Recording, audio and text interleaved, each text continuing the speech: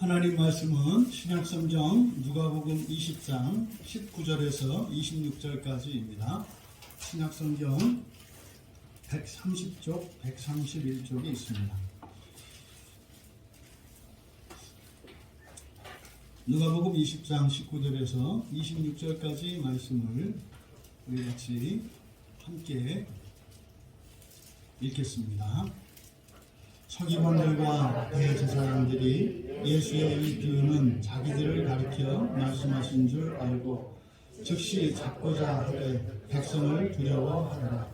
이에 그들이 엿보다가 예수를 총독의 다스림과 권세 아래에 넘기려 하여 정탐들을 보내어 그들로 스스로 의인인 채 하며 예수의 말을 책잡게 하니 그들이 물어 이르되 선생님이여 우리가 아노니 당신은 바로 말씀하시고 가르치시며 사람을 외모로 취하지 아니하시고 오직 진리로서 하나님의 도를 가르치시나이다.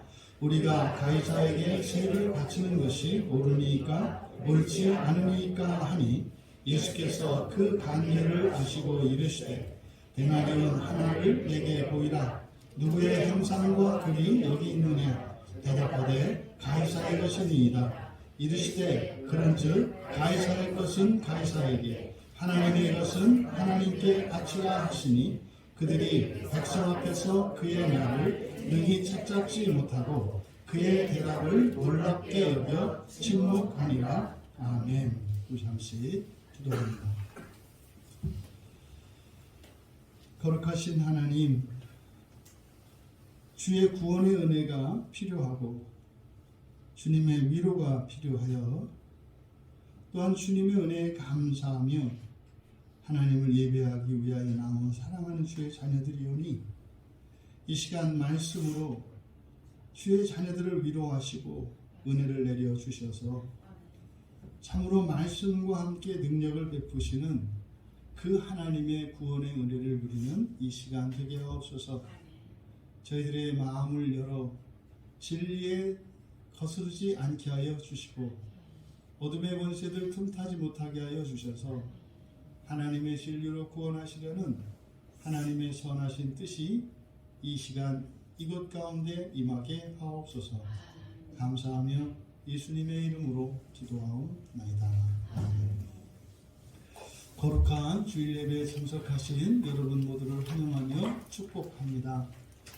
지난 한 주간의 여러분의 삶의 노고와 또한 여러분들의 심령의 그 고단함이 하나님의 말씀으로 회복되어지고 새롭게 되어지시는 복된 시간 되기를 주님의 이름으로 축복합니다. 우리가 함께 오늘 말씀의 은혜를 나누고자 하는데 복음을 오해하는 이유라는 제목으로 말씀의 은혜를 나누고자 합니다. 지난주 우리가 앞에서 살펴보았던 것처럼 이 포도원의 악한 농부 비유를 통해서 예수님께서 주시려는 교훈이 있었죠. 그것은 이 세상의 모든 사람들은 하나님으로부터, 그러니까 예수님으로부터 특별한 권세를 위임을 받게 되는데 그 권세를 가지고 살아가면 보장된 삶이 있다는 겁니다.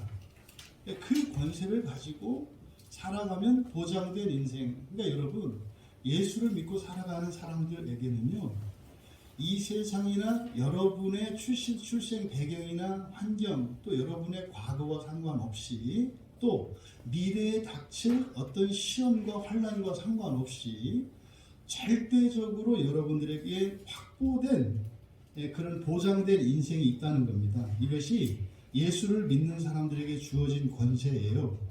이것은 여러분 인생의 기초가 되어야 합니다. 그 토대 위에 세워지는 인생이라야 그것이 무너지지 않고 안전하며 온전한 인생이 되는 겁니다. 그러면 그 위임받은 권세에는 최소한의 책임과 의무가 따른다. 최소한의 책임과 의무라고 하는 것은 책임과 의무에 무게를 둔 것이 아니라 그 책임과 의무를 다할 수 있도록 안 할 수 없는 더 큰 은혜가 먼저 앞섰다는 것을 전제하는 것입니다. 그래서 최소한의 책임과 의무라고 말씀을 드리는 거예요. 그러면 그 최소한의 책임과 의무는 여러분에게 위임하신 권세로 말미암는 보장된 인생의 기초가 된다는 거예요. 그러면 그 최소한의 책임과 의무를 다하지 않으면 여러분들에게 위임된 권세로 말미암는 그 보장된 인생이 사라져요. 이게 이제 포도원을 뺏기는 거란 말이죠. 그런데 문제는 이 사람들이 최소한의 책임과 의무를 하지 않는다는 거예요. 그래서 주님께서는 끊임없이 당신의 종들을 보내셔서 돌이킬 수 있도록 끊임없이 하나님의 말씀을 전해 주시는 거죠. 여러분, 그런데 본문에 나타나는 서기관과 대제사장들 19절에 나와 있는 이들은 주님의 말씀을 받아들이지 않아요. 놀라운 것은 바로 앞에서 예수님께서 그 포도원의 악한 농부들에 대한 비유를 말씀하셨는데, 그러면 최소한 그대로는 하지 말아야 되잖아요. 그 악한 농부들을 따라서 그대로 하면 어떻게 됩니까? 이게 사람들 생각에 진멸당할 것이고 포도원을 뺏길 거라고 생각을 했단 말이에요. 이게 사람들의 생각이에요. 그러면 그렇게 하지 말아야 할 텐데, 지금 19절 이하에 있는 이 내용을 읽어보면 신기하다 싶을 정도로 그 포도원 비유에서 있었던 악한 농부들이 했던 행동을 그대로 하고 있습니다. 이게 사실은 뭐예요? 이게 영적으로 잡혀있다 그러는 거예요. 너 이렇게 하면 죽는다? 아, 네. 그러면은 최소한 죽더라도 다른 방식으로 죽어야 되는데 꼭 경고한 그대로 따라서 해서 죽는다 이 말이에요. 이것이 죄에 잡혀있는 우리 인간의 실존입니다. 원하지 않는 인생을 살기 위해서 애를 써요. 그러니까 원하는 인생을 위해서 애쓰고 살아가는 게 아니라 원하지 않는 인생을 만들어내려고 애를 쓰면서 살아가요. 그렇게 애써서 만들어 놓고 보니 원하지 않는 인생이잖아요. 그리고 나서 그것 때문에 후회하고 한탄하고 그렇게 살아갑니다. 그러면 그렇지 않은 인생을 위해서 살아가야 되는데 또 똑같이 주구장창. 그러니까요, 사람은 악한 일에 아주 성실해요. 악한 일에 순결해요. 악한 일에 편단심해요. 그 선한 일에는 그냥 작심삼일이고 조변석기 하고. 그러니까 한번 우리 자신을 돌아보면 참 대단하다 싶어요. 어떻게 그렇게 악한 일에는 일관되게, 그리고 절대로 그러지 않을 수 없다고 그렇게 살아가고, 선한 일에는 뭐 그렇게 쉽게 넘어지고 쉽게 포기하고 그러는지. 이것이 우리의 실존이에요. 그러니까 이런 우리를 주님이 아셔요. 그래서 불쌍히 여기신다고요. 그래서 끊임없이 우리를 구원하기 위해서 주의 종들을 보내시는 거죠. 지난 한 주 동안 여러분 가운데서는 일주일을 사시면서 일상생활 속에서 주께서 보내신 종들을 만난 분들도 있을 거고, 또 뭐 왔다 갔는지 인식조차 하지 못하는 분들도 있을 거고.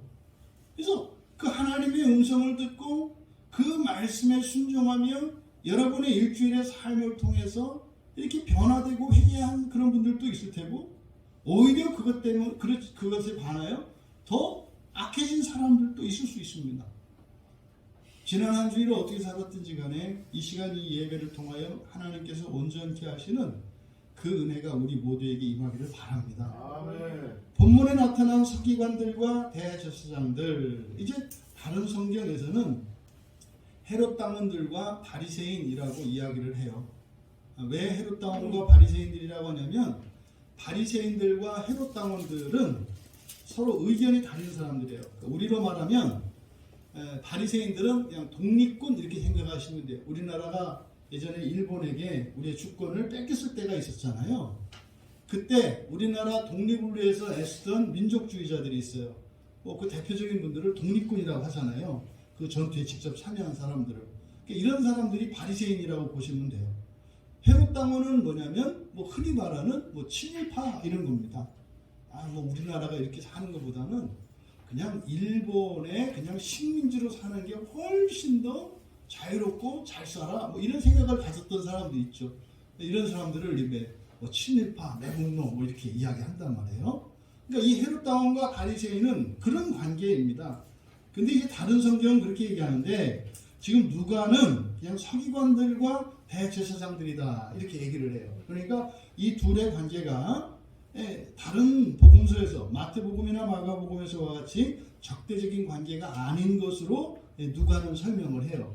왜 그래요? 지금 이 누가가 포도원의 비유를 통해서 예수님께서 주시려는 이 복음에 대한 가르침은 뭐 특정한 몇몇 사람들만을 위한 것이 아니라 모두를 위한 것이라고 말씀하셨고, 그러니까 이런 사람 저런 사람, 잘난 사람 못난 사람, 뭐 똑똑한 사람 뭐 덜 똑똑한 사람, 뭐 이렇게 신앙적으로 뭐 이렇게 좀 믿음이 있는 것 같은 사람이나 없는 것 같은 사람, 차별이 없어요.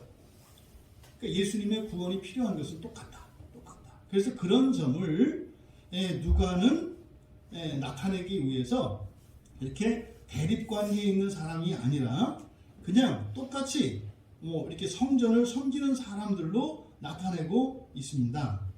그런데 그들이 예수님의 비유를 들었어요. 똑같이 사람들과 같이 예수님의 비유를 들었는데 그 비유를 제대로 듣지 못했습니다. 이 비유를 듣고요, 자신들의 잘못을 깨달았어요. 이들의 잘못이 뭡니까?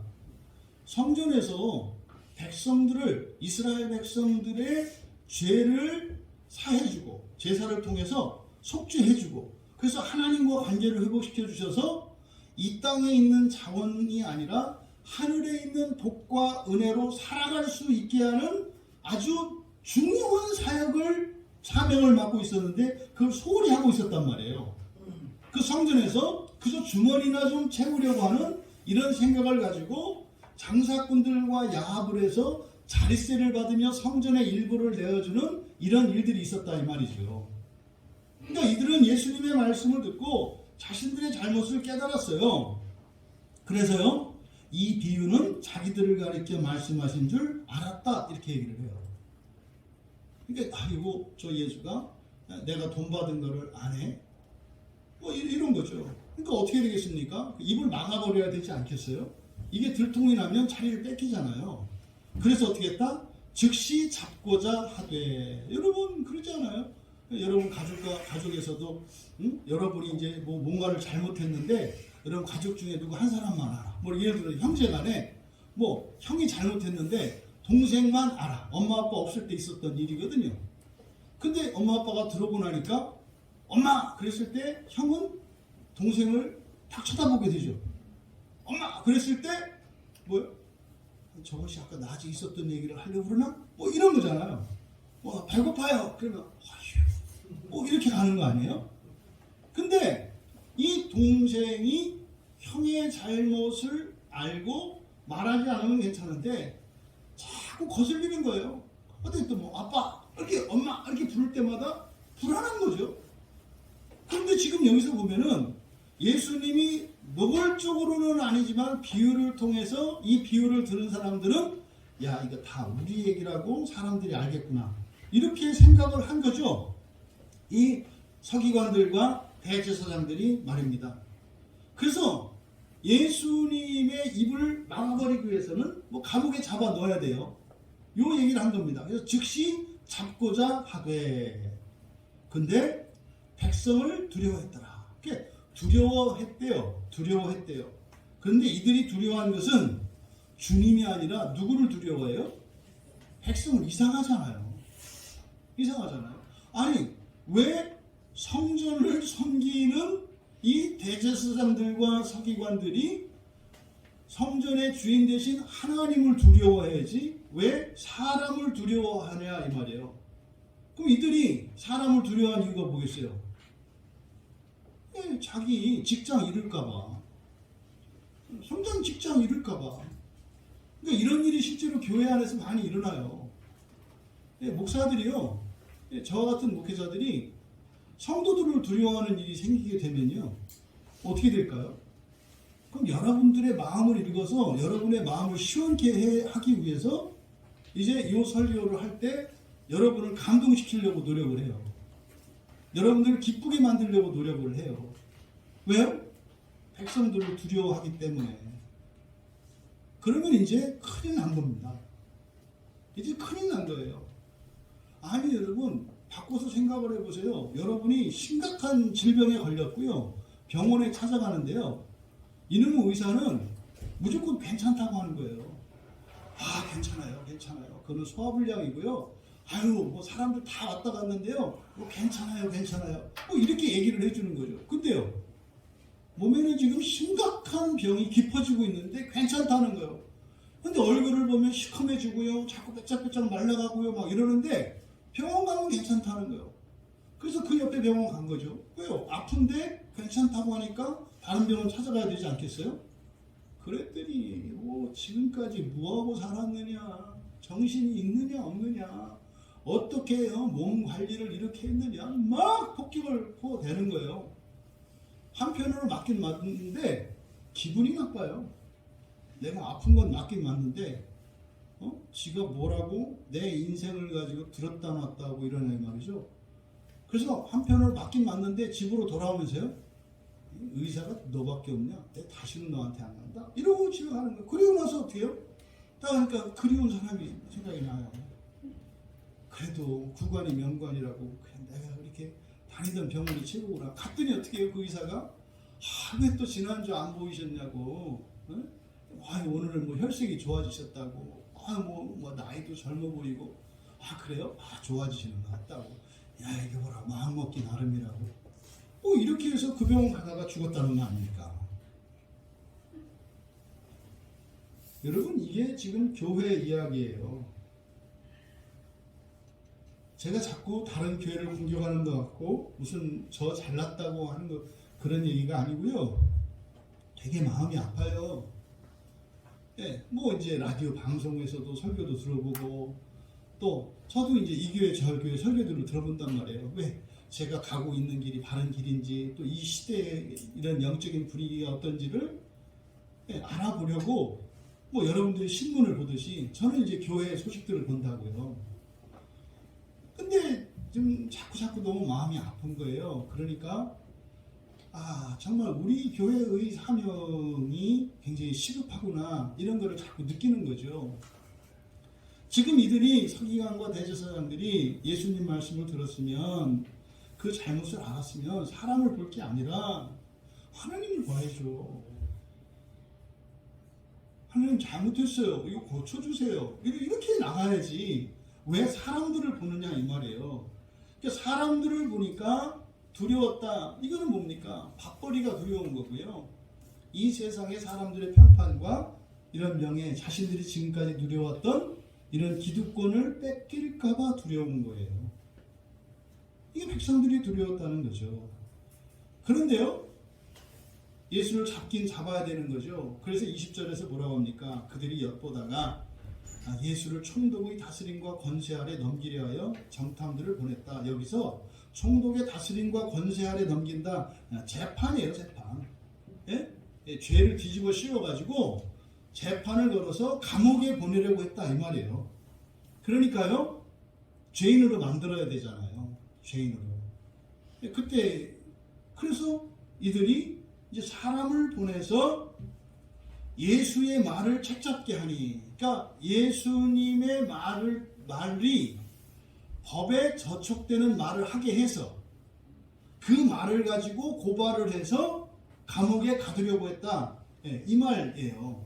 그럼 여러분들이 설교를 듣거나 성경 말씀을 볼 때 여러분들이 아셔야 할 것은 혹시라도 제가 설교하는 중에 여러분들의 양심을 찌르거나 또 여러분들이 가지고 있는 생각이 잘못됐다는 것을 제가 말할 때 그것은 절대로 여러분을 비난하거나 여러분을 무시하거나 그런 게 아니에요.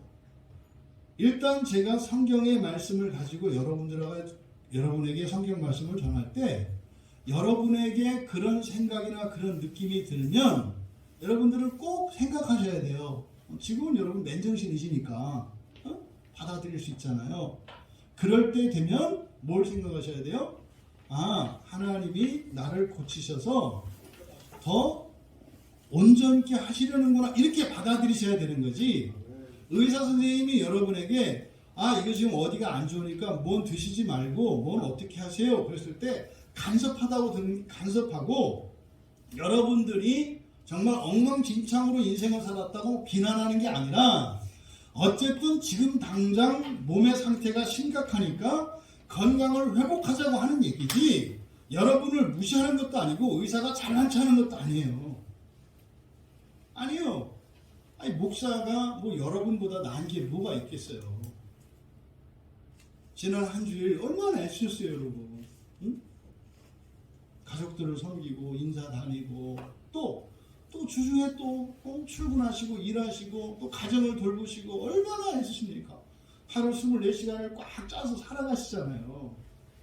지금 이 자리에 앉아 계신 모든 분들은 어른 아이를 막론하고요, 최선을 다하고 사셨어요. 하나님이 여러분의 인생을 인정하신다니까요. 정말 수고했다고, 정말 잘했다고 하신다니까요.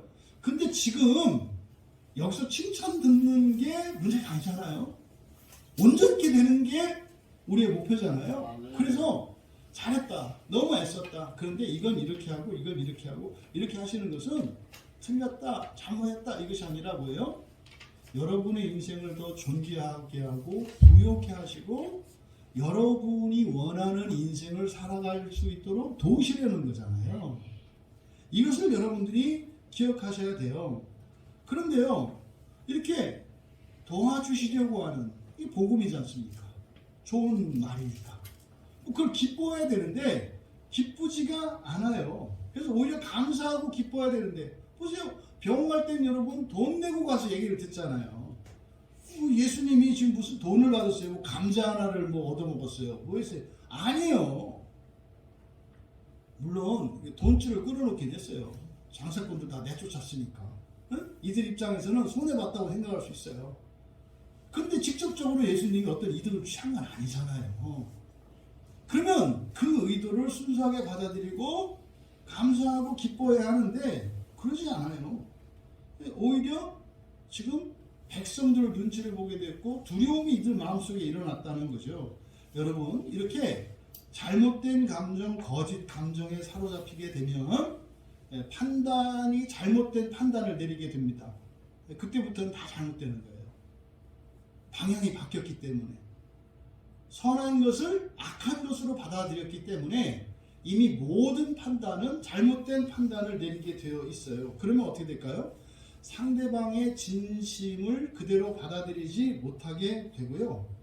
그래서 상대방의 말을 오해하거나 곡해해요. 심지어는 하라고 했는데 하지 말라고 한 걸로 들려요.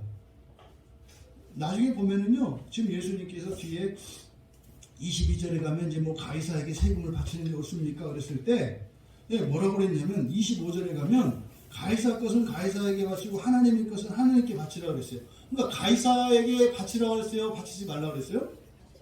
바치라고 했잖아요. 나중에 뒤 23장 가면은요, 바치지 말라고 했다고 고발해요. 여기서 바치라고 했는데 거짓말 했다기보다는 그 사람들한테는 그렇게 들리는 거예요. 뭐하면? 그래서 여러분이 오해하게 되면요, 반대로 들어요. 반대로 들어요. 종종 이제 목사 노릇을 하다 보니까요, 가끔 그런 경험이 있어요. 제가 한 얘기를 거꾸로 받아들이고 마음에 이렇게 이 옹심을 품고서 꽁 하는 사람도 있어요. 나중에 알고 보면은 제가 한 말을 반대로 알아듣고 있어요. 그러니까 하여튼 둘이 이야기하지 않은 게 다행이지. 그래서 신방할 때 한 사람 같이 데리고 다니는 이유가 증인 삼으려고 하는 거예요. 하지 말라고 했는데 하라고 했다는 거예요. 둘이 있어 보세요. 그럼 목사는 무조건 지게 돼 있어요. 이렇게 성도하고 교인하고 부딪혔어요. 근데 성도는 제가 하라고 했대, 난 하지 말라고 그랬는데. 그러면요, 여러분은 제 말을 믿어요? 성도 말을 믿어요? 말 안 듣는 게 지혜로운 거예요. 대부분은 근데 팔이 안으로 굽어요. 저도 집사로 살아봐서 알아요. 집사는 집사 편, 목사는 목사 편. 그런 거죠. 그런 거죠. 여러분, 정말로 여러분들이 그러니까 오해를 많이 한다는 거, 근데 그 오해의 시작은 잘못된 감정이에요. 잘못된 감정. 한번 감정이 상하면은요, 아무리 좋은 이야기를 해주고 아무리 잘하려고 해도 싫어요. 잘하려고 하면 할수록 더 미워지는 거예요. 그런 거예요. 요즘에 그 부모님들, 청소년들 둔 부모님들, 자녀들 때문에 힘드시죠? 그게 지금 자녀들이 여러분에 대해서 안 좋은 감정을 갖고 있기 때문이거든요. 근데 그거 잘못된 거예요. 근데 안 좋은 감정을 가지고 있으면요, 다 오해해요. 무슨 말이냐면, 여러분들이 똑바로 아시라는 얘기예요. 여러분들은 자녀들을 위해서 굉장히 희생하고 굉장히 사랑을 베푼다고 생각하시는데, 그것을 받고 있는 자녀들은 참아주고 있다고 생각한다는 거예요. 여러분들은 뭐 이렇게 옷 사주고 밥 먹여주고 학교 보내주고 이러니까, 여러분 돈 아껴서 이렇게 하니까 뭐 자랑할 건 아니지만 나름대로는 최선을 다하고 있다고 생각하죠? 여러분 자녀들도 똑같은 생각을 해요. 나도 최선을 다하고 있다, 이 생각을 하고 있어요. 그래서 여러분이나 자녀들이나 가끔 말도 안 되는 거 갖고 버럭버럭 하는 거예요. 아니, 밥 먹으라고 했다고 왜 승질을 부리냐고. 그죠? 또 그런 거 뿌립니까? 학교 갔다 와가지고 다녀왔습니다 했는데 왜 승질을 부리냐 이 말이죠. 이게 뭐 때문에 그렇다? 감정 때문에 그래요. 잘못된 감정. 지금 우리가 마음 기여하는 게 뭐예요? 이 잘못된 이 거짓 감정들을 싹 비워버리자는 거예요. 그러면요, 진짜로 여러분 인생이 달라져요. 이거는 제가 몸소 경험한 거고요. 아, 내가 완전히 속아서 살았구나. 그게 혼이 안 나니까요. 알게 돼요. 그냥 막 이렇게 도 닦고 이러지 않으셔도 그냥 알게 돼요. 그래서 한번 오해하게 되면 이 오해의 시작은 사실은 감정에서 오거든요. 이 잘못된 감정에서 한번 오해하기 시작하면 답이 없어요. 이거는 방법이 없어요. 뭘 한다 해서 되는 게 아니에요. 지금 이들이 그렇게 구원하시기 위해서 또 구원하려고 하시는 말씀인데 자신들을 비난하는 것으로 오해해요. 그리고 지금 예수님은 뭐 이 대제사장과 서기관들만 그런 게 아니라 모든 사람이 다 그렇다는 거거든요. 그러니까 최소한의 책임과 의무를 다하지 않는 게 대제사장이나 서기관만 그런 게 아니라 모든 백성들이 다 그렇다고 말씀하신 거예요. 백성들에게 말씀하신 거거든요. 지난주 여러분들 그거 느끼셨나요? 토요일날 우리 청년들하고 설교를 하다가 저도 은혜를 많이 받았어요. 여러분이 각자 느끼는 각자의 그 최소한의 책임과 의무가 뭐라고 생각하냐. 다 틀려요. 다 틀린 거예요. 사람마다. 어떤 사람은 뭐 이거, 어떤 사람은 이거. 다 나름대로 다른. 근데 뭐냐가 중요한 게 아니라 그걸 나 느낀다는 거예요. 아, 내가 해야 되는 최소한의 책임과 의무는 이건데 이거를 내가 안 하고 있구나. 그럼 만약에 이 상태라면은 나의 포도원을 뺏길 뿐만 아니라 진멸당할 수밖에 없는 처지에 있구나. 그게 뭐예요? 큰일 났다 이게 아니라 빨리 주님께 가서 은혜를 구해야 되겠다 이거잖아요. 문제가 발견되면은요, 이럴 게 아니라 숨도 쉬지 말고 그냥 주님 앞으로 나가는 거예요. 주님, 제가 큰일 났어요. 저를 도와주세요. 이러면 되는 거거든요. 여러분이 현재가 바뀌면 과거와 미래가 바뀐다. 그러니까요, 여러분의 과거가 어땠든 여러분의 미래 아무 상관없어요. 오늘 지금 여러분이 바뀌면 여러분의 과거와 미래가 바뀌어요. 그러니까 그거 가지고 부끄러워하고 골치 아플 거 없어요. 그냥 발견하면 들고 나가면 돼요. 주님, 제가 이런 죄가 있네요. 저를 좀 도와주세요. 이러면 돼요. 그러니까 우리 청년들이 느꼈던, 각자가 느꼈던 그 최소한의 책임과 의무를, 아, 내가 이걸 하고 있지 않았구나. 아, 내가 그 포도원에 악한 농부들이었구나. 이게 정상적인 반응이에요. 그러니까 그 자리에 있었던 백성들은요, 다른 사람들을 본 게 아니라 다 자기 자신을 봤어요. 예수님 말씀을 듣고. 아, 내가 그동안 성전에 제사를 드리러 나올 때 그 제물을 그냥 신경 쓰지 않고 장사꾼들만 믿고 돈만 달랑달랑 들고 와서 성전에서 제물을 파는 그 사람들에게서 제물을 사서 바치면 그만이라고 생각했던 이것이 제물이 온전하냐 온전하지 않느냐가 아니라 제사를 드리는 나의 마음이 온전하냐 온전하지 않느냐가 중요한 건데 그걸 몰랐구나. 내가 제사도 제대로 못했네. 최소한의 책임과 의무를 다하지 못했네. 그러면 내가 아브라함의 자손이라 할지라도 언약의 백성이라 할지라도 그 복을 내가 누릴 수가 없는 거였네. 이걸 깨닫고 하나님께 용서를 구하는 일들이 있었을 거예요.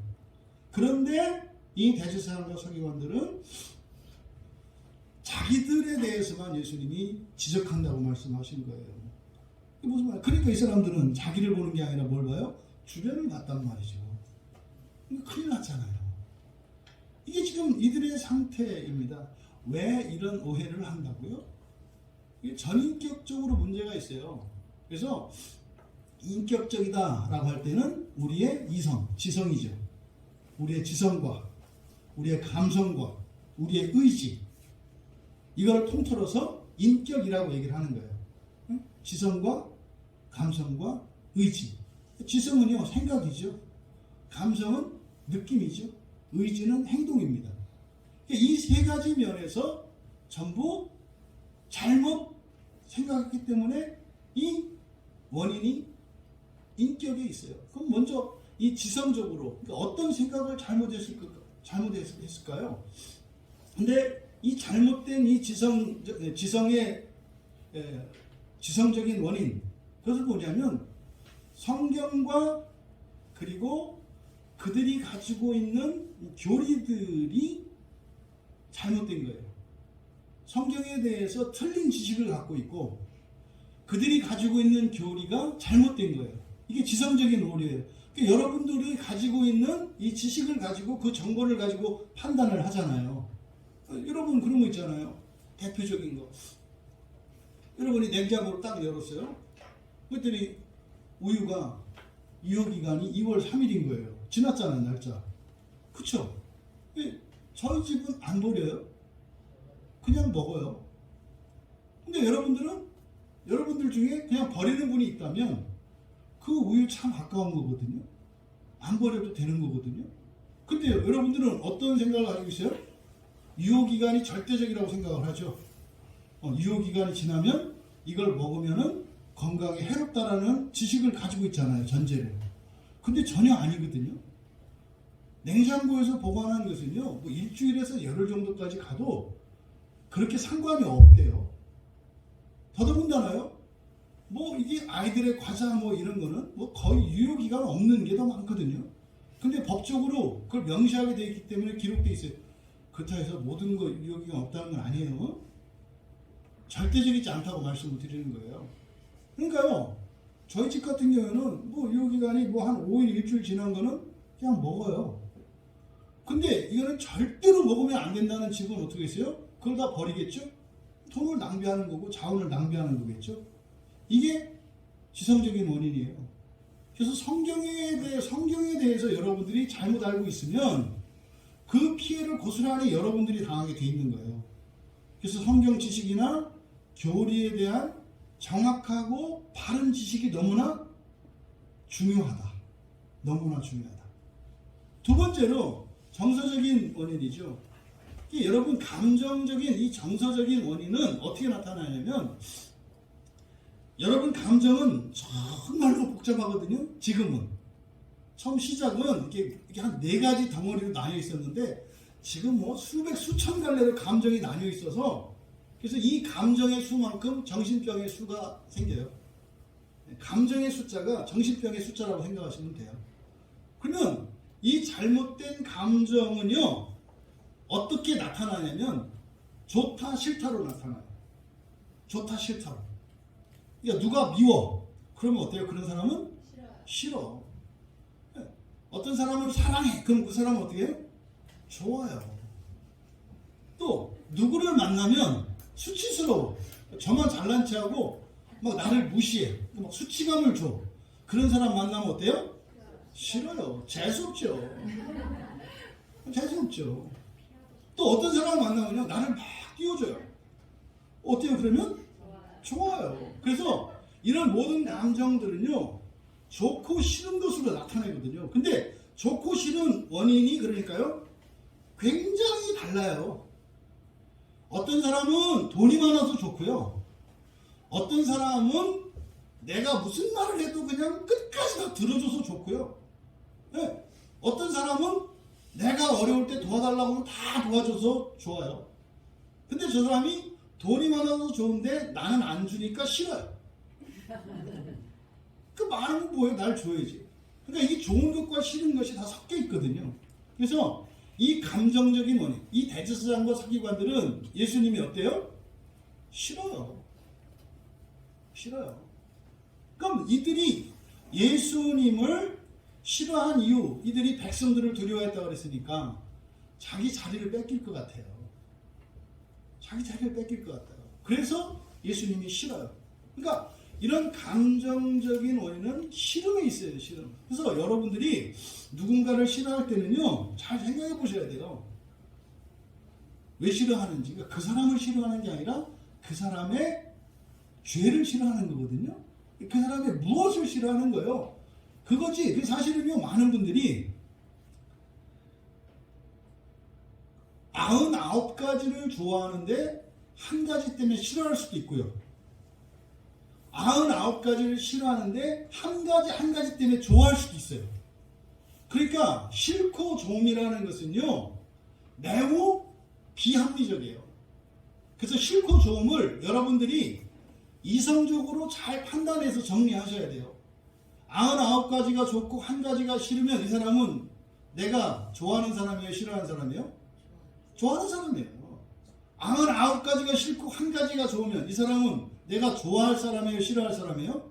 싫어할 사람이에요. 근데 이거를 착각한다고요. 여러분 가족들은 다 싫죠? 아니 우리 위에 말고. 놀라울 정도로 사람들이 가족을 싫어해요. 근데 생각을 해보세요. 가족은요, 좋은 게 많을까요? 나쁜 게 많을까요? 좋은 게 많아요. 일반적으로. 남은요, 안 좋은 게 더 많아요. 남은 왜 여러분을 이용하고 뺏어먹으려고 하거든요. 그럼 사실은 여러분이 좋아해야 될 사람은 누구예요? 네, 가족이에요. 이제 가족끼리 오신 분들은 서로 한번 얘기를 해보세요. 내가 좋아할 사람은 당신입니다. 내가 좋아할 사람은 당신입니다. 말도 하기 싫으세요? 큰일 났네요. 그러니까 여러분들이 좋음과 싫음을 감정에 맡겨버리면은 굉장히 비합리적으로 결정을 해서 이상하게 되는 거예요, 인생이. 그래서 이성으로 여러분들이 감정을 통제하셔야 된다. 그래서 이 단지 좋고 싫음을 절대적으로 신뢰하지 말라는 거예요. 따져보라고요. 응? 따져보라고요. 뭐 부끄러운 얘기긴 한데요. 뭐 자녀 키울 때 뭐 부모들이 뭐 하는 똑같이 겪는 실수가 뭐예요? 자기 자녀들 싫어하는 거잖아요. 뭐 여러분 안 했다고 칩시다. 저는 그런 적이 있어요. 저는 저희 아이들 중에 아이들을 싫어해 본 적이 있어요. 얼마만큼 싫어했다고요? 자고 있는 모습을 봤는데도 싫더라고요. 굉장히 싫어한 거예요. 근데 제가 그때 깜짝 놀랐어요.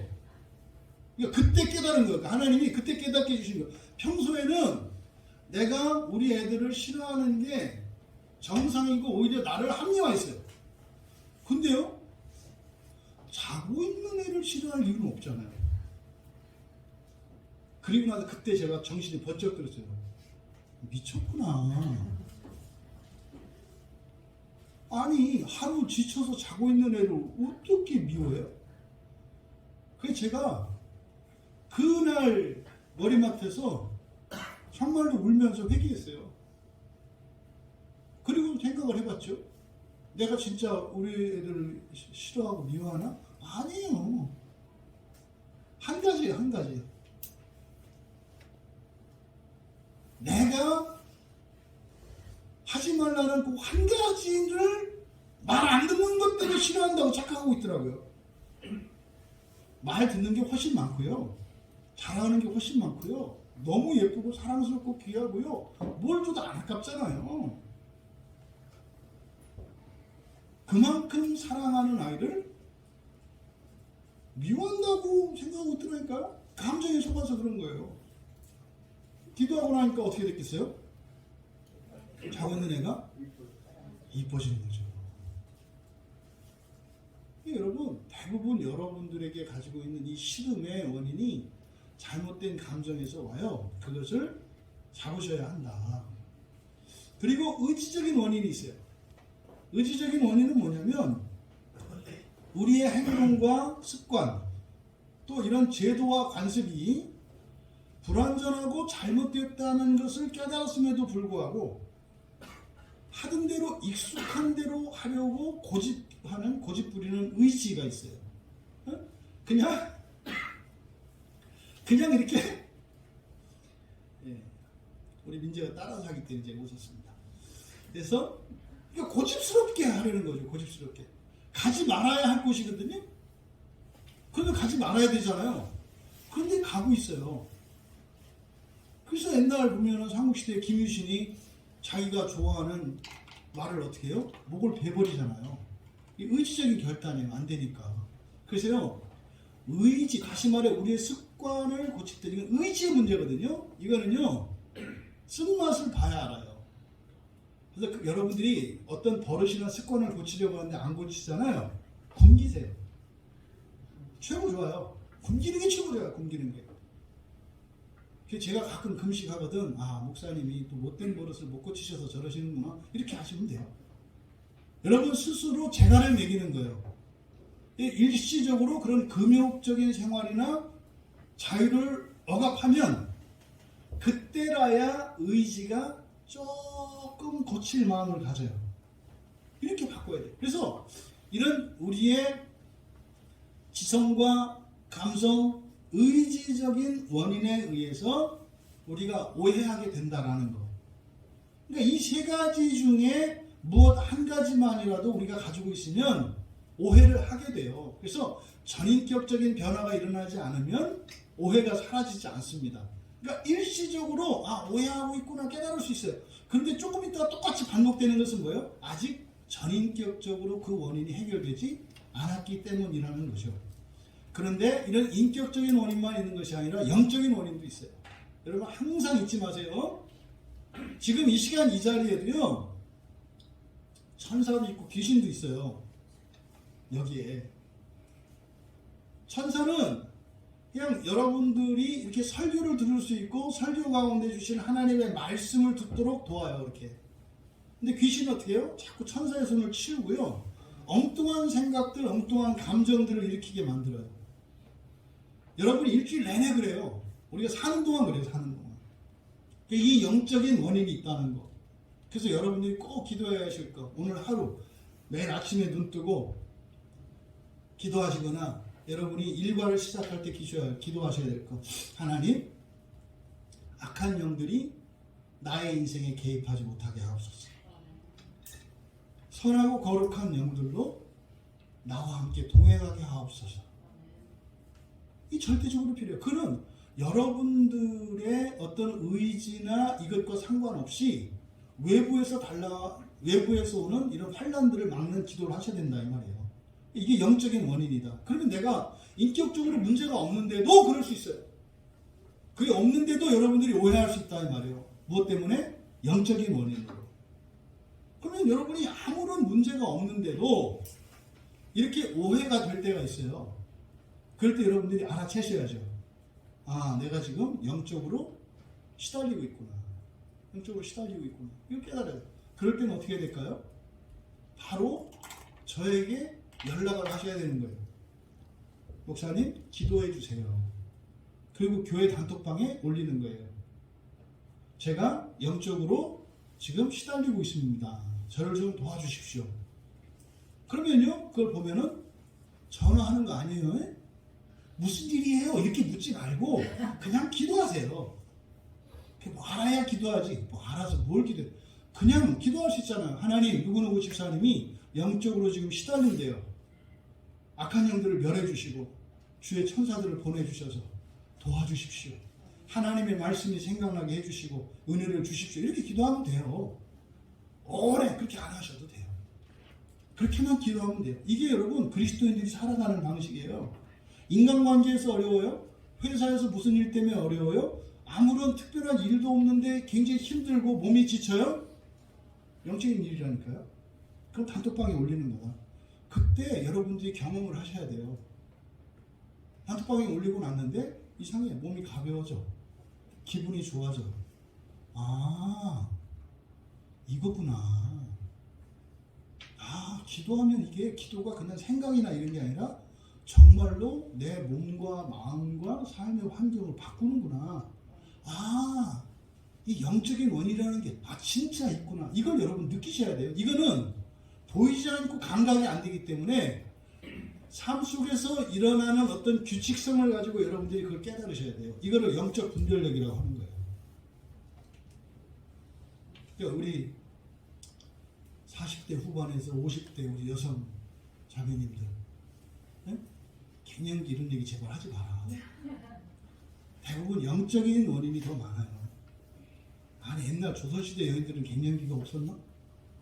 현대 여성들만 겪는 갱년기예요?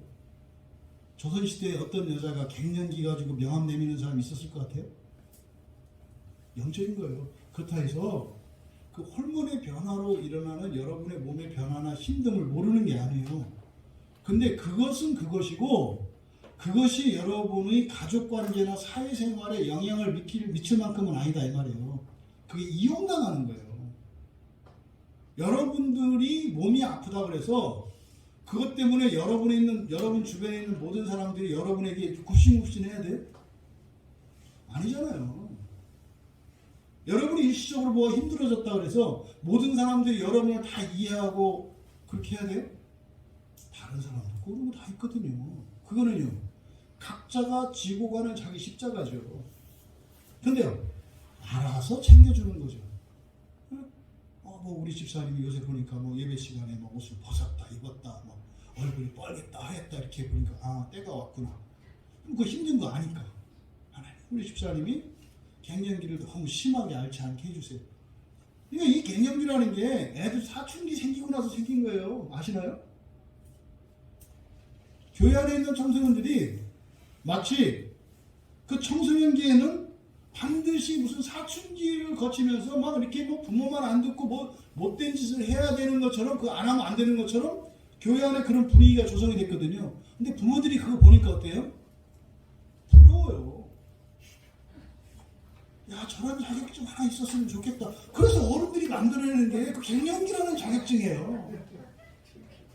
이제 보세요. 이제 좀 지나면 노인들이 가만히 있을 리가 없어요. 새로운 자격증 뭐 하나 만들 거예요, 이제. 왜요? 옛날에는 손자, 손녀들만 그냥 겪으면 됐는데, 이제는 아들, 며느리까지 그래.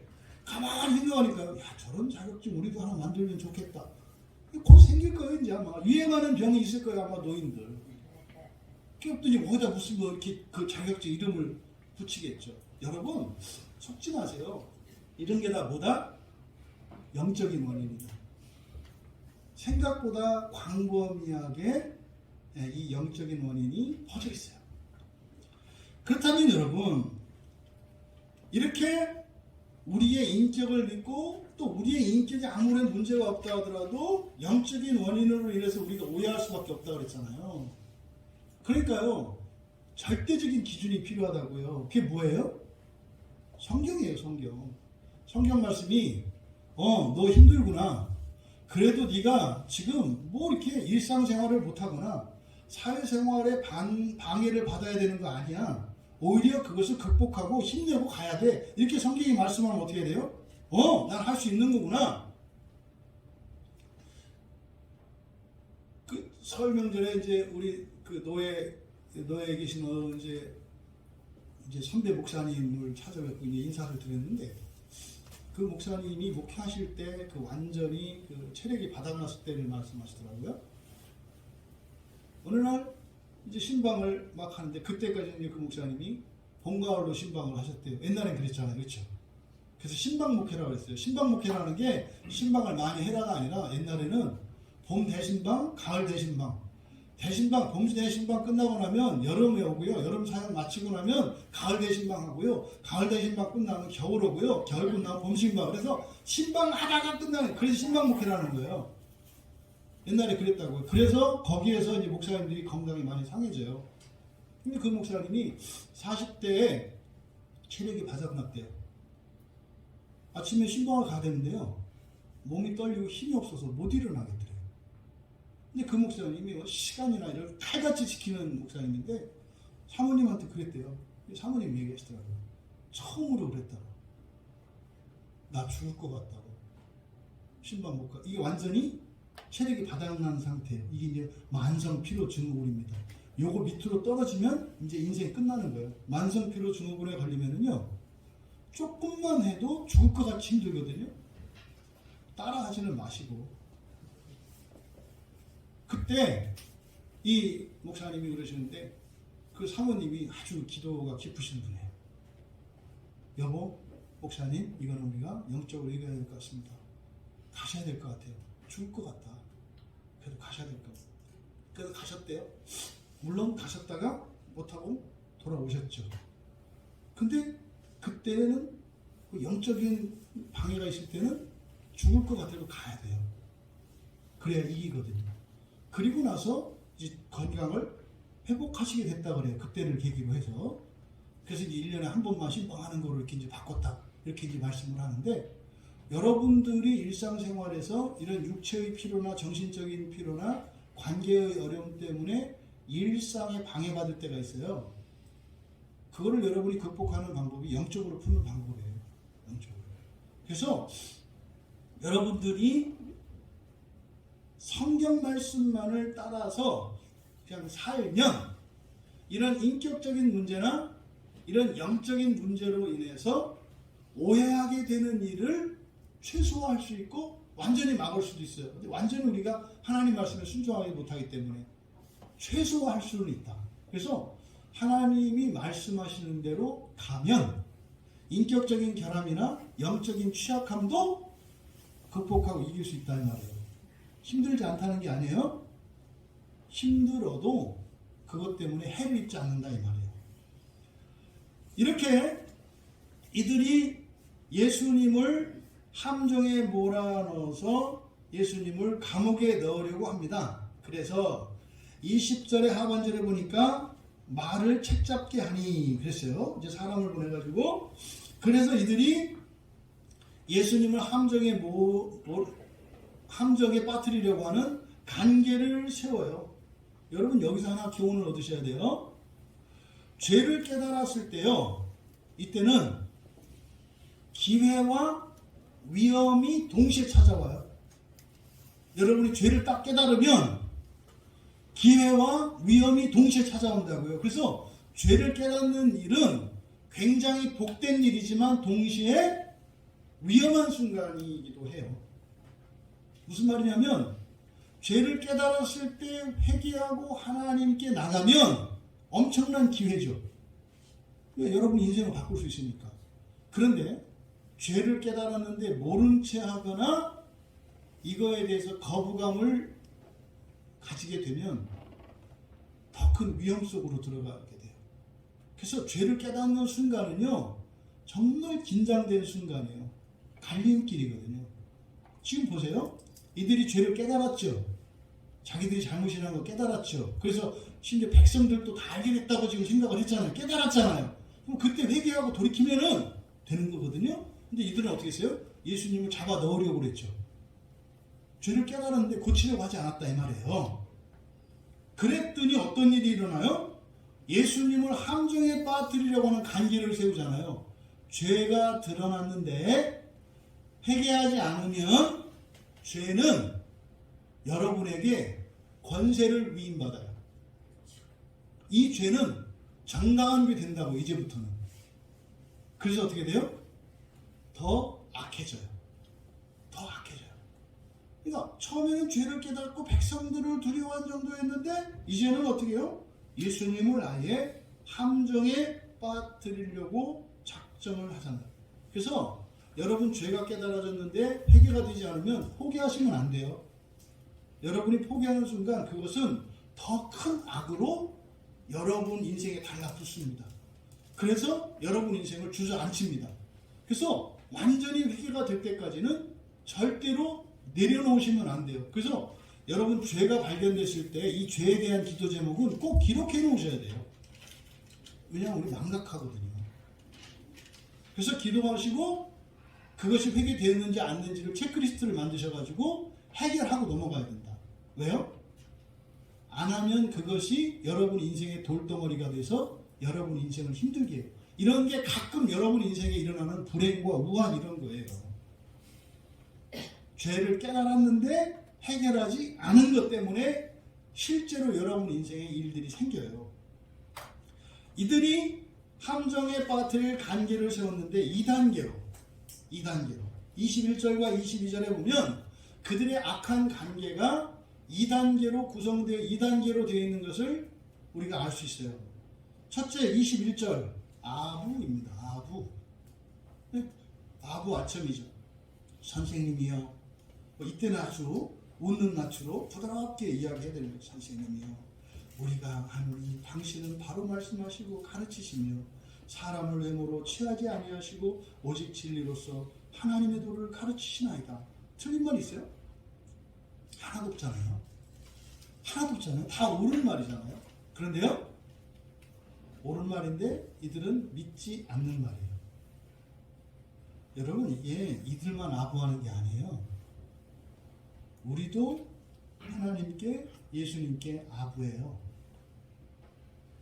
믿지도 않으면서 말만, 행동만 그럴싸하게 한다고요. 이게 예수님께서 바리새인들에게 계신 외식이죠. 혹시 우리들은 이렇게 예수님께 아부하지 않는가? 한번 생각해 보셔야 돼요.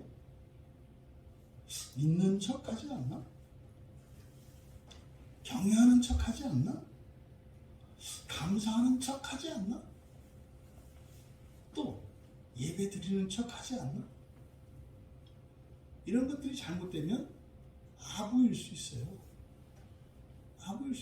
근데 여러분, 이런 게 아부인지 아닌지 어떻게 할까요? 바로 앞에서 생각하셔야 돼요. 죄를 깨달았을 때 여러분들이 고치기를 원하는가 원하지 않는가를 생각하시면 돼요. 이거 가지고 여러분 자꾸 늘어지면 흠없는 사람이 어디 있겠어요. 좀 불완전하고 뭐 이렇다고 그래서 그게 뭐 아부고 이런 얘기가 아니에요. 이게 아부냐 아니냐는 뭐예요? 뭘 보고 안다?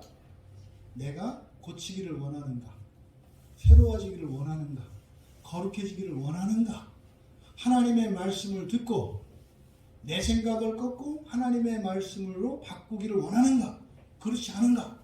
그렇지 않다면 뭘 해도 아부예요. 여기서 결정이 나는 거죠. 두 번째로 이제 함정 질문을 합니다. 계략이죠. 계략이에요. 그래서 이들의 악한 관계는 이런 아부와 계략으로 되어 있어요. 그러니까 계략은 22절의 질문인데 함정 질문이잖아요. 우리가 가이사에게 세를 바치는 것이 옳으니까 옳지 않으니까. 여러분, 지금 이들이 하는 이 질문은 함정 질문이죠. 지금 이때 시대 상황을 아셔야 돼요. 지금 여기 이때 이스라엘은 식민지예요. 식민지. 이 나라는 누가 다스려요? 로마 황제가 다스려요. 이렇게 얘기하면 거창하죠? 이거를 여러분 현실로 생각을 해보세요. 여러분이 몸담고 있는 직장이 있어요. 근데 그 직장에 여러분 회사의 오너가 아주 고약스러운 불교신자예요. 반기독교적인 정서를 가지고 있는 아주 고약스러운 불교신자예요.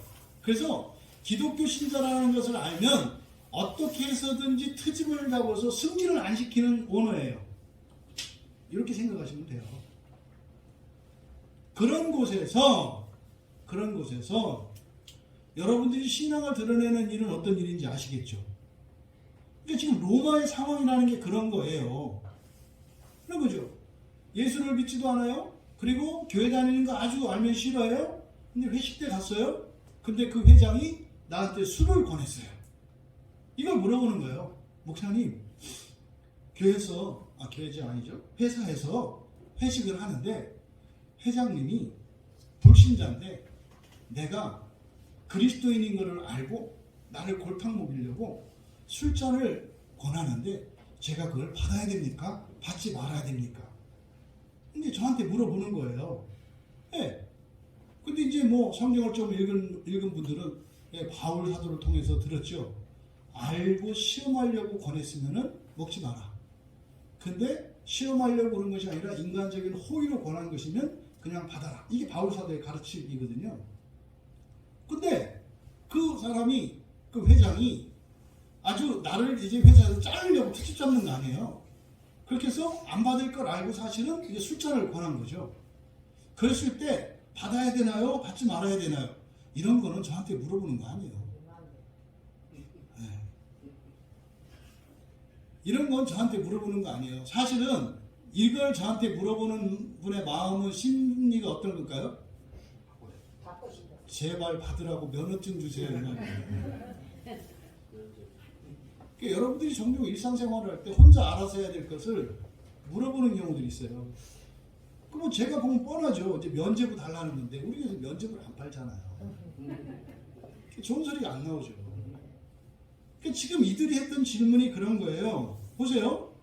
세금을 내지 않으면 잡혀가요.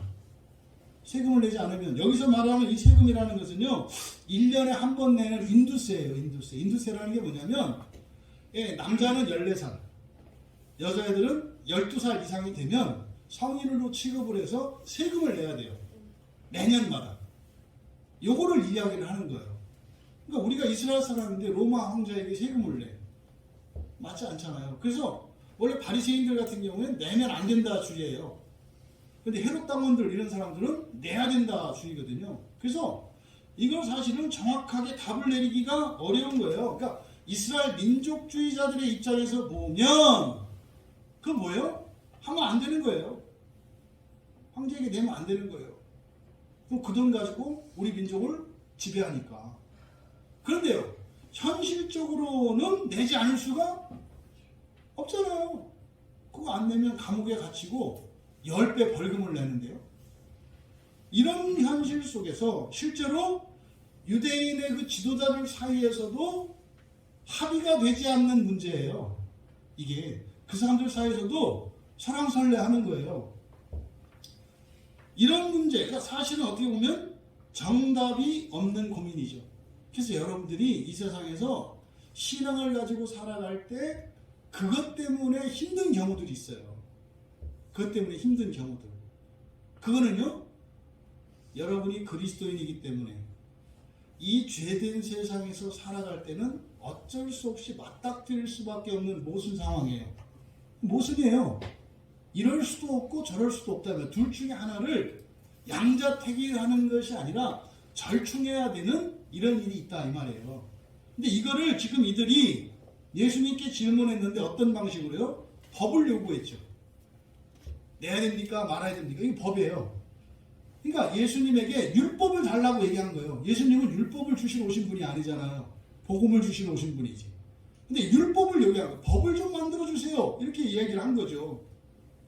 그러니까요, 이들이 사실은 한 이 질문은요, 신앙과 이 모순적인 세상에 대해서 하나님께 품고 있는 원망과 불만이에요. 이러면 저게 문제고 저러면 이게 문제잖아요. 이런 거죠. 여러분, 찬민이는 엄마가 좋아, 아빠가 좋아? 엄마가 좋아, 아빠가 좋아? 이럴 때는 둘 다 좋아요가 정답이에요.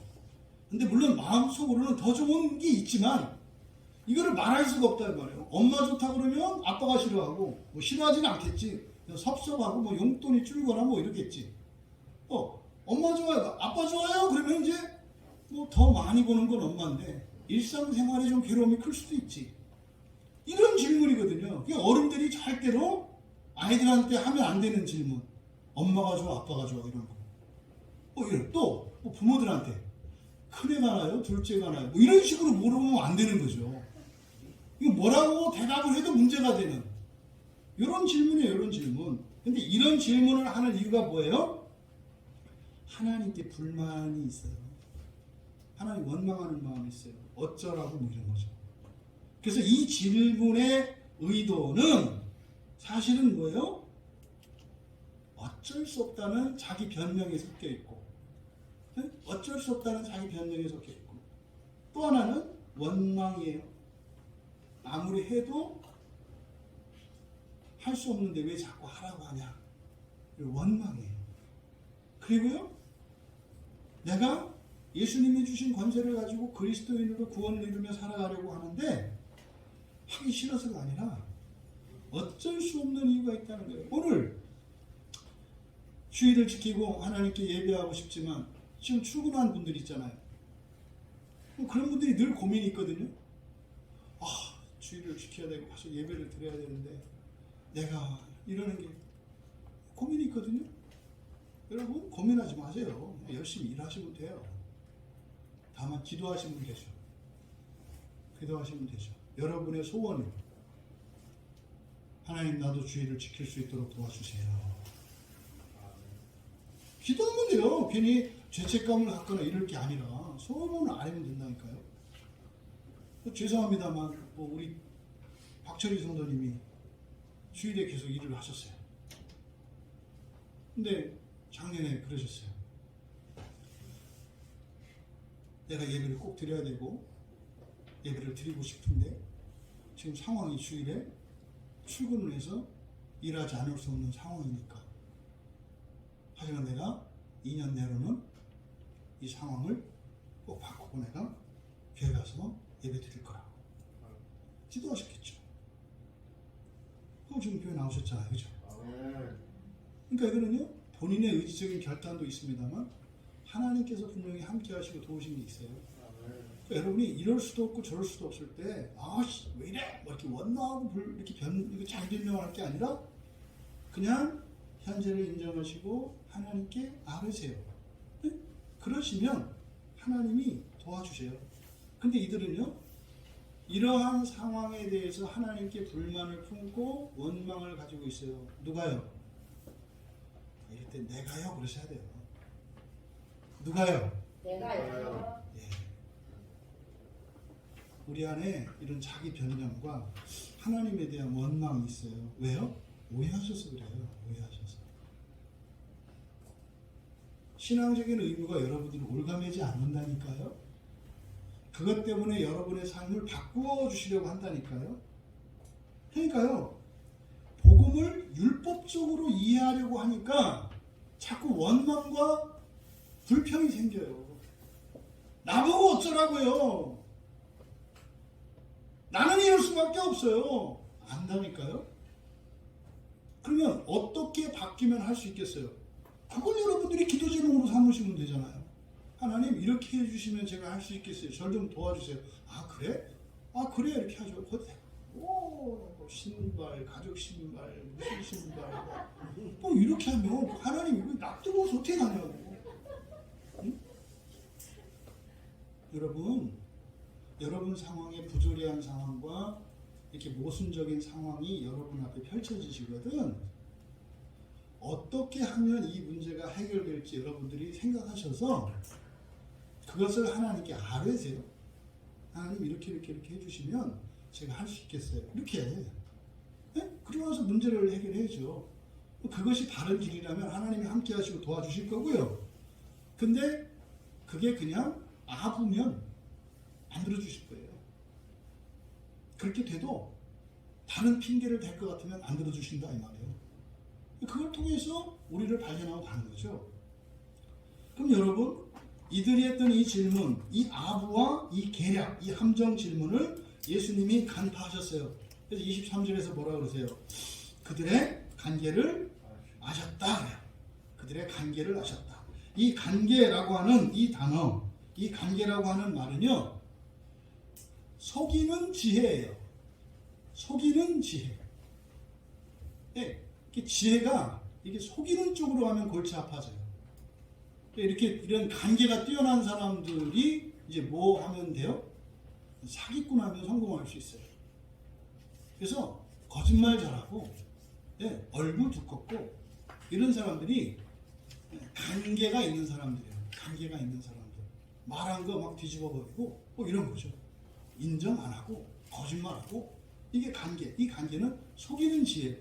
여러분 이게 뭐 교회 안에 이런 분들은 드문데요. 관계의 유익을 한번 맛보면은요, 이거 빠져나가기 어려워요. 거짓말하면서 살아가는 인생이 너무 쉽다는 것을 알게 되면 거짓말을 안 할 수가 없어요. 거짓말을 해서 그때그때 모면할 수 있거든요. 또 거짓말은 또 만들어내면 되거든요. 그런데요, 끝이 안 좋죠. 끝이 안 좋죠. 근데 끝이 안 좋은 걸 알면서도 이 관계, 이런 속이는 지혜로 살아가게 되면 정말로 심각해집니다. 그래서 이 관계는요, 하나님께 품고 있는 원망과 원망하는 마음과 그리고 자기 변명을 드러내는 데 쓰여요. 이 관계는. 그러니까 우리가 하나님께 원망과 불평을 가지고 있다면 여러분들에게 이 관계가 역사하지 않도록 조심하셔야 된다 이 말이에요. 근데 여러분은 하나님의 은혜를 받은 분들이어서 지혜가 있거든요. 근데 그 지혜를 이런 데 쓰면 안 된다. 이런 데 쓰면 안 된다. 그래서 예수님께서 그들의 관계를 아시고 역질문을 하세요. 뭐라고요? 동전 하나를 내게 보내라. 이게 데나리온 하나를, 그러니까 동전이에요. 동전 하나를 나한테 보여라. 누구의 형상과 글이 여기 있느냐. 그러니까 이거는 이제 우리나라 지폐에 뭐 1,000원짜리, 5,000원짜리, 10,000원짜리, 50,000원짜리에 그 사람 인물이 이렇게 박혀 있잖아요. 그래서 이 돈에는 사람이 이렇게 새겨 있어요. 이때 그 로마 제국에서의 그 동전에 새겨진 형상은 황제의 얼굴이에요. 황제의 얼굴이 새겨져 있거든요. 그리고 거기에 이제 황제의 글자가 있어요. 그러니까 이거를 물어본 거죠. 그래서 동전을 갖고 오니까 야, 그 동전에 누구의 얼굴과 누구의 글이 거기 있냐? 이렇게 물어본 거죠. 이거 가이사 얼굴인데요?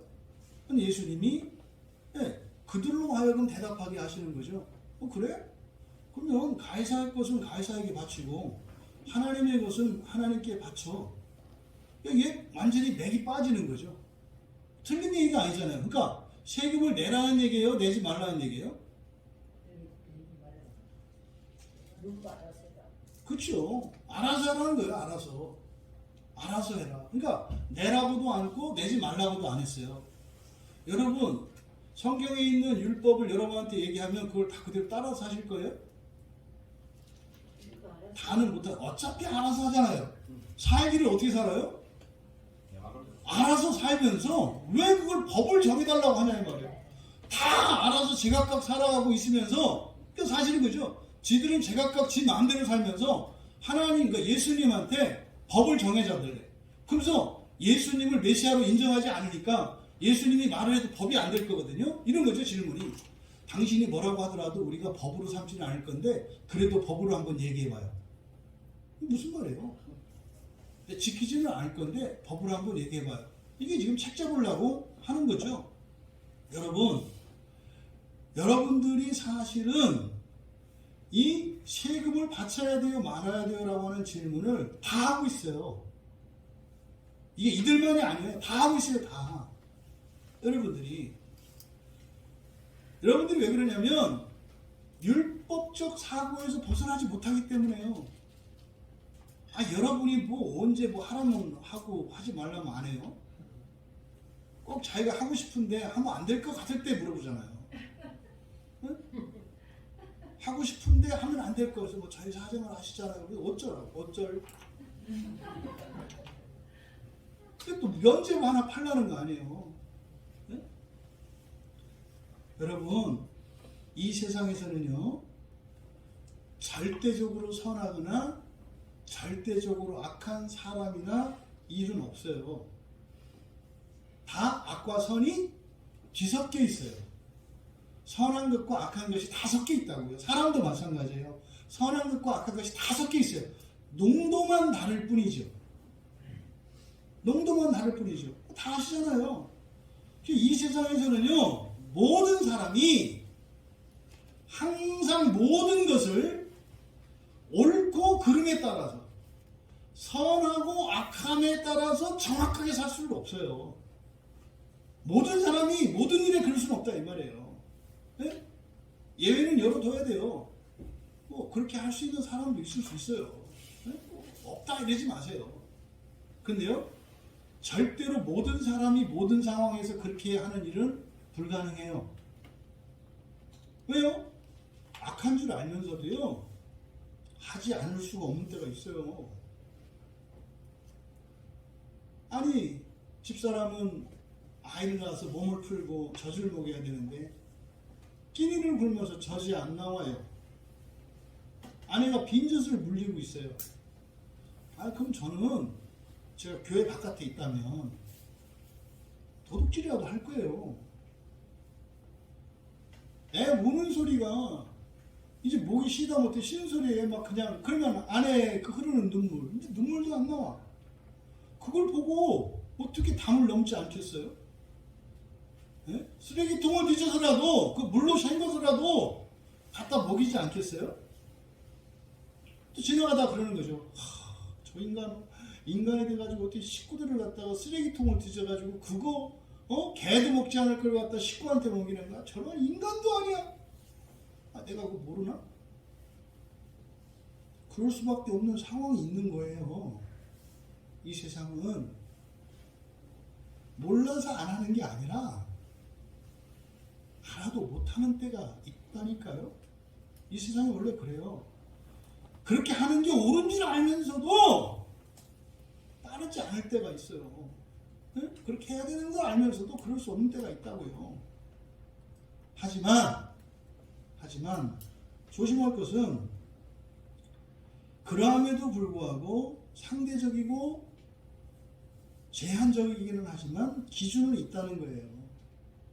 상호 논리에 빠지면 안 돼요. 이래도 되고 저래도 된다. 이게 굉장히 중요한 그 경계선인데, 그러함에도 불구하고 뭐가 있다? 기준이 있다는 거예요. 엄격한 기준이. 그게 포도원 비유에서 이야기했던 세죠. 그 세가 뭐예요?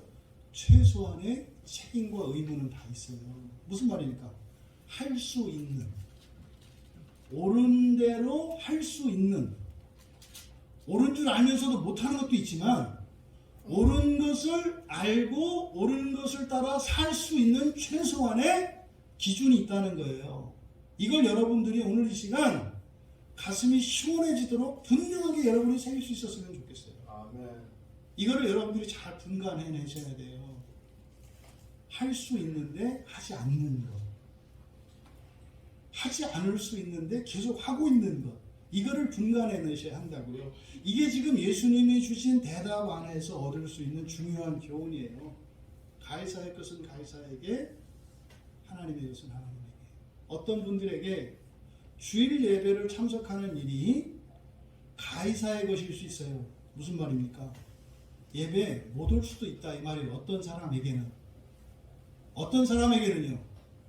절대로 못 올 수는 없는 사람이 있다 이 말이에요. 그런 사람은요 죽어도 와야 돼요.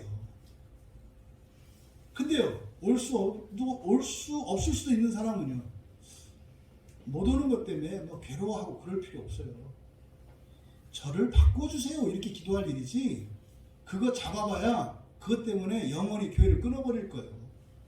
계속 못하거든요. 계속 못하니까 그것 때문에 괴로워하다가 교회는 나한테 안 맞나봐, 역시 나는 절이야, 뭐 이렇게 하는 사람들이 의외로 많아요.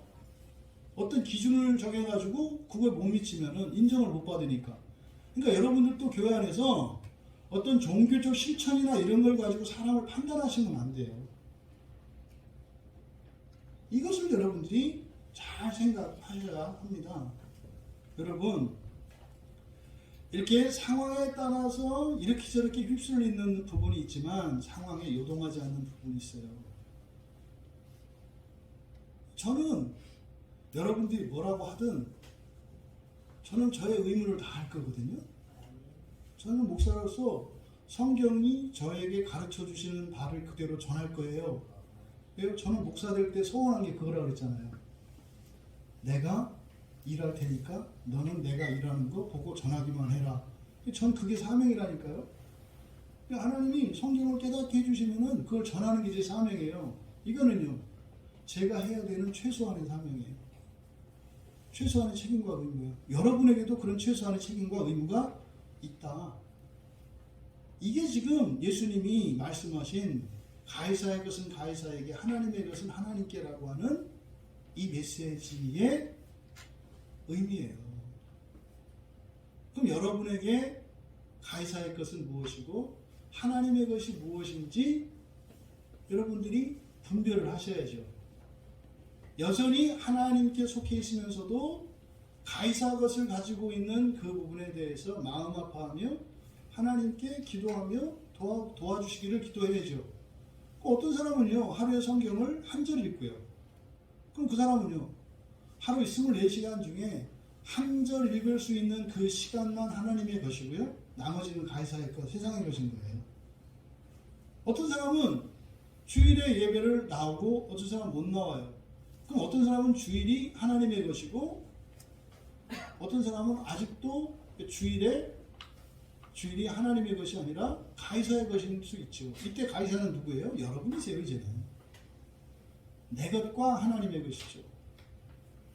이겁니다. 이게 순종과 불순종을 결정하는 거예요. 왜 불순종이에요? 내가 왕이니까 내 마음대로 하는 거, 이걸 불순종이라고 하는 거고요. 순종은 하나님이 왕이니까 하나님 따르는 거예요. 그래서 여러분들에게 있는, 여러분이 주인 삼고 있는 것은 무엇이고 하나님의 주권을 인정하고 있는 것은 무엇인지를 분별하셔서 온전히 하나님의 것이 되도록 구하시고, 뺏기는 게 아니라 그랬어요. 뺏기는 게 아니라 여러분의 것을 더 좋게 하는 것이다. 그러니 그들의 반응은 당연히 그 말씀 드리기 전에 오해하지 마세요. 여러분들이요, 신앙을 가지고 있기 때문에 이 세상을 살아가는데 방해받지 않아요. 절대로. 반대로 여러분들이 사회생활을 하기 때문에 신앙생활에도 방해받지 않아요. 그러지 마세요. 저는 목사니까 사회생활 안 하니까 뭐 이렇게 상대적으로 쉬울 거다 그러지 않아요. 저 양쪽 다 살아봤다니까요. 저 집사로도 살아봤고요. 저도 회사 다니고 직장생활 해봤다니까요. 똑같아요. 하나도 안 달라져요. 여러분. 모두 다 똑같아요. 모두 다. 어른 아이 할 것 없이. 그러니까 신앙 때문에 사회생활 하는데 방해받는다? 거짓말하지 마세요. 또 여러분들이 사회생활이 어쩌고 저쩌고 해서 여러분 신앙생활에 방해받는다? 이거 사기치지 마세요. 그거 아니에요. 여러분들이 얼마든지 신앙을 가지고 이 세상을 잘 살아갈 수 있도록 하나님께서 도와주시고, 그래서요, 보고품이 있다니까요. 이렇게 중간중간에 여러분들이 그 보고품을 못 누리니까 힘들다고 느끼는 거지, 여러분 인생이 신앙 때문에 힘든 거 아니에요. 또 반대로 여러분의 일상이 아무리 바쁘다 그래서 그것 때문에 신앙생활에 방해를 받는다? 그렇지 않아요. 여러분. 왜 그렇게 생각한다? 보고품을 못 받으니까. 이게 은혜예요. 그러니까 여러분이 보고품을 지금 못 챙기는 게 문제인 거지, 보고품이 있다고 하면 거기 가서 보고품을 챙겨서 먹고 힘내서 가면 되는데 왜 그걸 가로질러 가냐고. 그러지 말고 그냥 보고품을 받으면서, 은혜를 받으면서 살아가셔라. 그러니 그들의 반응은요, 그 예수님의 말씀을 능히 채잡지 못하고 그의 대답을 놀랍게 여겨 침묵하냐. 뭐 놀랍다라는 게 뭐 감탄했다 뭐 이런 게 아니에요. 다 들통이 나서 꼼짝 못했다 뭐 이런 거죠. 우리들도 이 사람들처럼요, 신앙생활하면서 이런 핑계 저런 핑계 대고 원망하고요, 하나님 원망하고요, 또 변명하면서 살았던 경험이 다 있으실 거예요. 하지만 그러한 불신앙이 또 내 인생에 대한 이런 잘못된 일들, 이게 전적으로 나의 잘못이라는 것을 인정하지 않을 수가 없어요. 불만스러우세요? 여러분 인생이? 여러분 잘못이에요. 여러분 부모님 탓도 아니고 시대 탓도 아니고 세상 탓도 아니고 하나님 탓도 아니에요. 여러분이 선택한 인생이에요. 또 여러분 신앙에 진전이 없다고요? 여러분이 그렇게 하고 있잖아요. 누구 원망, 핑계, 변명 내지 마세요. 100% 여러분이 원해서 살고 있는 거예요. 그러면 차라리 그걸 즐기시라니까. 난 괴로워서 좋아. 이렇게 하시라니까 차라리. 아니 괴롭게 만들어라고 싫어하는 건 뭐냐고. 여러분 음식 솜씨가 없으면 좋은 입맛을 구하세요. 먹고 마실 수 있으면 되잖아요. 하나님 요리를 잘하게 해주세요. 그거는 여러분이 연마할 일이고 기도할 때 어떻게 돼요? 우리 가족의 입맛을 바꿔주시옵소서. 내 음식에 길들여지게 하옵소서. 그럼 되잖아요. 그러면은 여보 정말 이 세상에 당신의 음식 같은 게 없어. 옛날에 욕이었는데 이건 지금은 극찬이 되잖아요. 입맛이 바뀌면 이런 걸 기도해야지. 그런 거. 여러분 괴롭지 않은 인생을 사시기 바라요. 무엇보다 자유로운 인생을 사시기 바랍니다. 힘들면 힘든 가운데에서, 부족하면 부족한 가운데에서 자족하시고 누리세요. 하지만 안주하지 마시고 더 좋은 것을 구하세요. 더 좋은 것을 구하세요. 더 좋은 것을. 그러니까 여기서 이들이 침묵할 일이 아니에요. 깨닫고 돼요. 주님 더 좋게 해주시옵소서. 이렇게 나가야지. 이해했다고 끝날 게 아니에요. 부활에 이르기까지 더 좋은 것을 더 좋은 것을 더 좋은 것을 바라며 나가라. 욕심이 아니에요. 네, 그게 하나님이 하시는 일이니까. 여러분들이 나이 먹으면 먹을수록 더 건강해지기를 바랍니다. 네? 오래 살면 살수록 더 기쁘고 즐거워지길 바랍니다. 특히 우리 부부들, 여러분이 결혼한 연수가 여러분의 사랑과 비례하기를 바랍니다. 1년 결혼한 지 1년 된 사람은 1만큼의 사랑이 있고, 10년 결혼한 지 10년 된 사람은 10만큼의 사랑이 있고, 결혼한 지 50년 된 사람은 50만큼의 사랑이 있어서 결혼한 지 오래된 사람을 이제 막 결혼한 사람들이 막 부러워 죽겠을 정도로 우리도 빨리빨리 오래 살자 뭐 이렇게.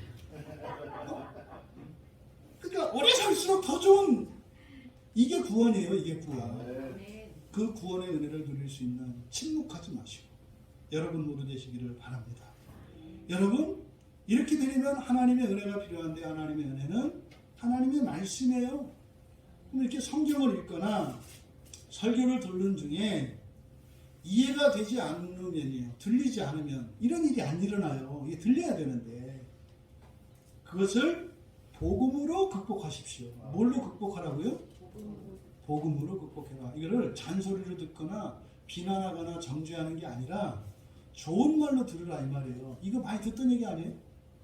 부모님이나 선생님이 자녀들에게 이야기할 때 다 이거는 잔소리가 아니라 뭐예요? 굵은 소리잖아요. 잔소리가 아니라 크고 굵은 소리예요. 예? 이건 그냥 치워버려야 되는 게 아니라 정말 좋은 거거든요. 여러분들이 여러분 자녀들에게만 그러지 마시고 제발 하나님의 자녀된 여러분, 우리의 부모님 되시는 하나님의 말씀을 복음으로 받아들이시기 바랍니다. 그런데 그게 안 되잖아요. 그렇죠? 왜 안 된다고요? 그거를요, 복음이 아니라 율법으로 받아들이기 때문에 그래요. 율법으로 받아들이면 여러분들이 가지고 있는 법이 있는데 다른 법이 와서 내 법을 무너뜨려. 그러니까 이게 맞설 수밖에 없는 거예요. 하나님의 말씀을 법으로 받아들이지 마세요. 그러면 여러분의 법과 충돌해요. 모든 말씀은 복음이에요. 모든 말씀은 뭐라고요? 복음이에요. 법이 아니에요. 복음은요, 여러분의 법을 무너뜨리고 대체하는 게 아니에요. 복음은 여러분이 가지고 있는 여러분의 법을 온전케 하는 거예요. 하나님은 여러분의 법을 뽑아내고 다른 법을 심는 게 아니에요. 예?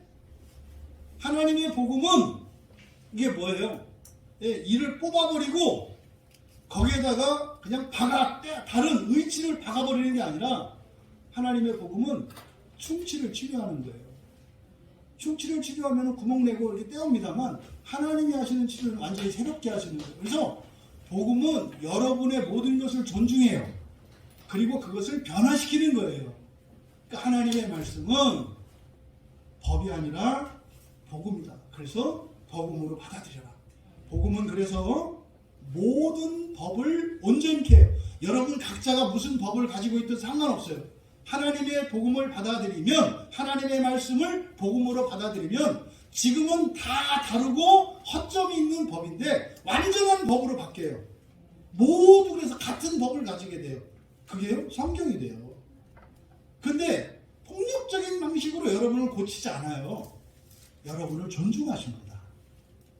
하나님의 말씀은 여러분의 법을 바꾸세요. 여러분 스스로 알아서 바꾸게 만드세요. 그래서 어떻게 해야? 여러분들이 성경이 설교가 잘 들리지 않고 이해가 안 된다면 원인이 뭐다? 법으로 받아들이고 있기 때문이다. 이것을 복음으로 받아들여라. 두 번째로요, 누구나 다 그렇다는 것을 인정하세요. 나만 그런 거 아니고요, 나만 안 그런 거 아니에요. 모든 사람이 다 오해하거나 잘못 알고 있는 그런 내용이 있어요. 다 하나님의 말씀을 오해한다고요. 그래서요, 한계를 인정하고요, 은혜를 구하세요. 한계를 인정하고 은혜를 구하세요. 부끄럽지 않아요. 하나님 앞에서는. 누구나 다 한계가 있어요. 잘하는 게 있고 못하는 게 있고요. 넘치는 게 있고 모자란 게 있어요. 누구나 다. 그래서 여러분이 하나님께 품고 있는 원망과 이런 불만은 한계를 인정하지 않기 때문에 그래요. 모든 사람이 한계 아래 있다는 것을 인정하지 않기 때문에 그랬어요. 나만 못하는 것 같고 남한테만 뭐라고 하는 것 같으니까. 그래서 하나님께 원망과 불만이 있어요. 그래서요, 여러분들이 하나님께 가지고 있는 원망과 불만이 뭔지를 생각해 보세요. 이거 해결 안 되면요, 앞으로 못 나가요. 다 있어요, 여러분에게. 하나님께 품고 있는 원망이 있고, 하나님 말씀에 맞서는 자기 변명이 있다고요. 그거를 이렇게 드러내시라고요. 그리고 하나님께 은혜를 구하세요. 그러려면 인간의 한계를 인정하셔야 돼요. 한계를 인정한다는 것은 여러분을 불성실하다, 여러분 비난하는 거 아니에요. 모든 사람이 한계가 있다니까요. 세 번째로, 성경은요, 여러분을 위해서 존재한다는 사실을 기억하십시오. 설교는요, 여러분을 위해서 하는 거예요. 저를 위해서 하는 게 아니에요. 여러분을 위해서 하는 거예요. 그래서요, 성경을 보고 설교를 듣고 하는 일은 여러분들에게 절대적으로 필요해요. 그리고 거기에는 큰 가치가 있어요, 여러분.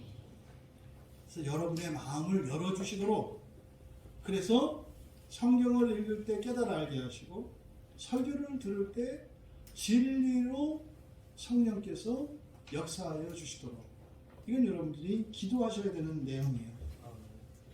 하나님, 성경의 권위를 인정하게 하옵소서. 하나님, 설교자의 권위를 인정하게 하옵소서. 그래서 성경을 통해서, 설교를 통해서 주시는 하나님의 말씀이 생명의 양식이 되게 하여 주시옵소서. 그래서 날마다 여러분의 삶 속에 말씀을 통해서 구원하시는 그 하나님의 계획이 실제적으로 일어나기를, 그래서 여러분이 하나님의 말씀을 율법으로 오해하지 않고 복음으로 이해하고 여러분의 한계를 인정하며, 또 여러분이 기도할 때 우리의 마음을 바꿔주시고 말씀으로 진리가 되게 하시는 은혜가 임하기를 주님의 이름으로 축원합니다. 찬양 준비해 주시고요. 여러분이 생각하시는 것보다 예수님께서 여러분을 향하여 세워놓으신 구원의 계획이 훨씬 커요. 상상을 초월할 정도로요. 여러분 지금 현재 당면하고 있는 이런저런 어려움과 문제들이 있잖아요. 그거 하나님 알고 계시고요. 도와주시길 원하세요. 근데 그 정도가 아니에요. 근본적으로 여러분의 팔자를 바꾸시고요, 여러분의 본성 자체를 바꾸시려는 것이 하나님의 구원의 계획이거든요. 근데 자꾸 그래요. 그런 거 말고 이거 조금만 줘요, 내 말대로만 해요. 그러지 마세요. 예수님이 하나님이신데 왜 세상에 오셨겠어요? 아무도 할 수 없는 일을 위해서 여러분을 존귀한 자리로, 영광스러운 자리로 여러분의 인생을 부욕해 하시려는 주님의 초청에 응하시기